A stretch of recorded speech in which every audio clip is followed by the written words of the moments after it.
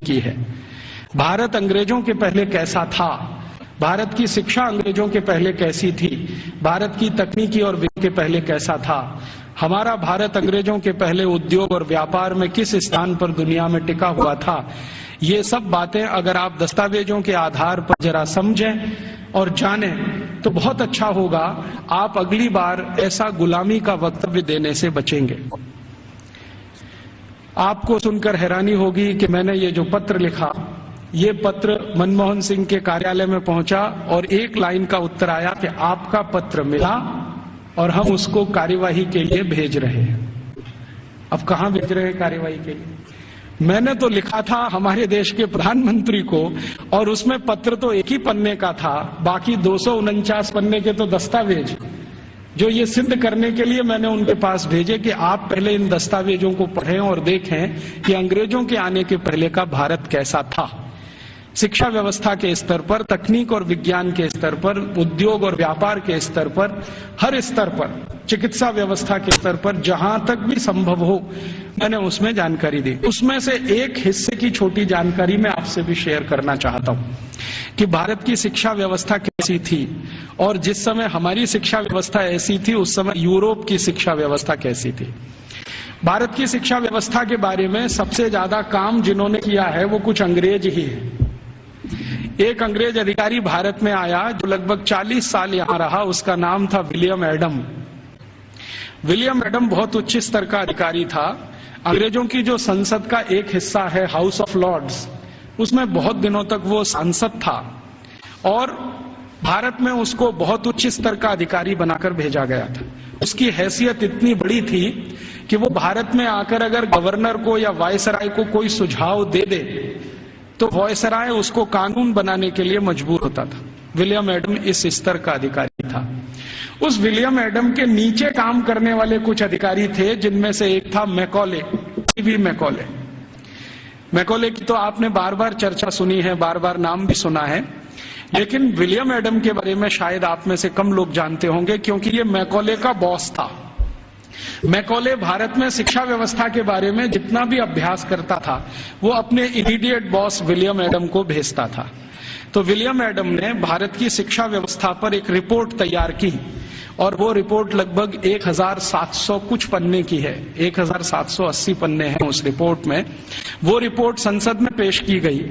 संसद माने अंग्रेजों की संसद में, हाउस ऑफ कॉमन्स में पेश की गई और इस रिपोर्ट के आधार पर अंग्रेजों को पता चला कि शिक्षा व्यवस्था कैसी है।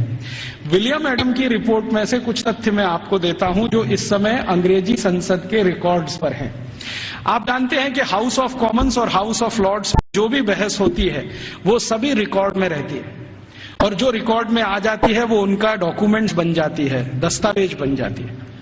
और फिर ब्रिटिश पार्लियामेंट की एक प्रेस है जिसको हंसार्ड कहते हैं, वो जरूरत पड़ने पर समय समय पर ये डॉक्यूमेंट्स को प्रकाशित करती रहती है।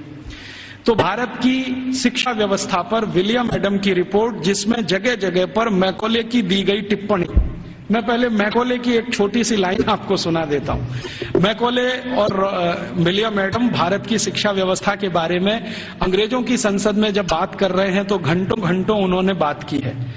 एक दिन ये टीवी मैकॉले 2 फरवरी सन 1835 को ब्रिटिश पार्लियामेंट के हाउस ऑफ कॉमन्स में खड़ा होकर भाषण दे रहा है और कह रहा है कि मैंने भारत का उत्तर, दक्षिण, पूरब, पश्चिम पूरा इलाका घूम लिया है। ऐसा कोई क्षेत्र नहीं है जो मैंने भारत का नहीं देखा है, और मैंने भारत का बाहरी क्षेत्र भी देखा है, आंतरिक क्षेत्र भी देखा है।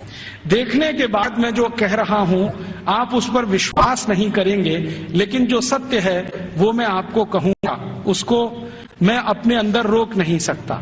सत्य क्या कह रहा है?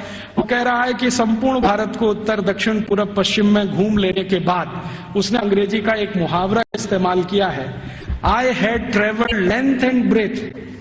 ब्रेथ माने सब भारत मैंने देख लिया, मैंने पूरा भारत देख लिया। और उसके बाद मैं ये कहता हूं कि भारत देश में आज तक कहीं भी भिखारी देखने को नहीं मिला, कोई बेरोजगार आदमी देखने को नहीं मिला।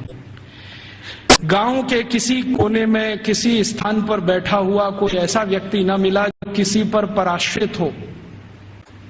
आज तक मैंने किसी ऐसे व्यक्ति को भारत में नहीं पाया जो अपना जीवन चलाने के लिए दूसरों के आगे हाथ फैलाता हो। और ये ज्यादा पुरानी बात नहीं है, 1835 में वो बोल रहा है। आज से लगभग आप कल्पना करें तो 170 साल पहले बोल रहा है। तो 170 साल पहले इस देश में कोई भिखारी नहीं था। जरा ध्यान से सुनिए इस बात को। कोई भिखारी नहीं, कोई बेरोजगार नहीं। फिर वो कहता है टीबी मैकॉले कि मैंने दुनिया के बहुत शहर देखे हैं, पेरिस देखा है, बर्लिन देखा है, हैम्बर्ग देखा है, मॉस्को देखा है, फ्रैंकफर्ट देखा है, शिकागो देखा है, न्यूयॉर्क देखा है, लंदन तो अपना है ही, बार बार देखा है। लेकिन इन सभी शहरों की कुल संपत्ति भारत के एक शहर से भी बहुत कम है। तो उसको पूछा गया प्रश्न कि बताओ वो कौन सा शहर है। तो कहता भारत का एक शहर सूरत, और यूरोप के सारे शहर एक बाजू में, तो भी सूरत इन सभी पे भारी पड़ता है। इतनी संपत्ति, इतना धन मैंने उस शहर में देखा है। और वो कहता है कि इतना धन और संपत्ति जिस समाज के पास हो, उस समाज को गुलाम बनाना एकदम मुश्किल है। वो ये कहता है, मैं ये तो नहीं कहता कि असंभव है, लेकिन मुश्किल बहुत है। फिर वो कहता है कि मैं एक सुझाव देना चाहता हूं ब्रिटिश गवर्नमेंट को, सरकार को, कि अगर भारत को गुलाम बनाना हो तो इनका वैभव, इनका धन, इनकी संपत्ति को खत्म करो।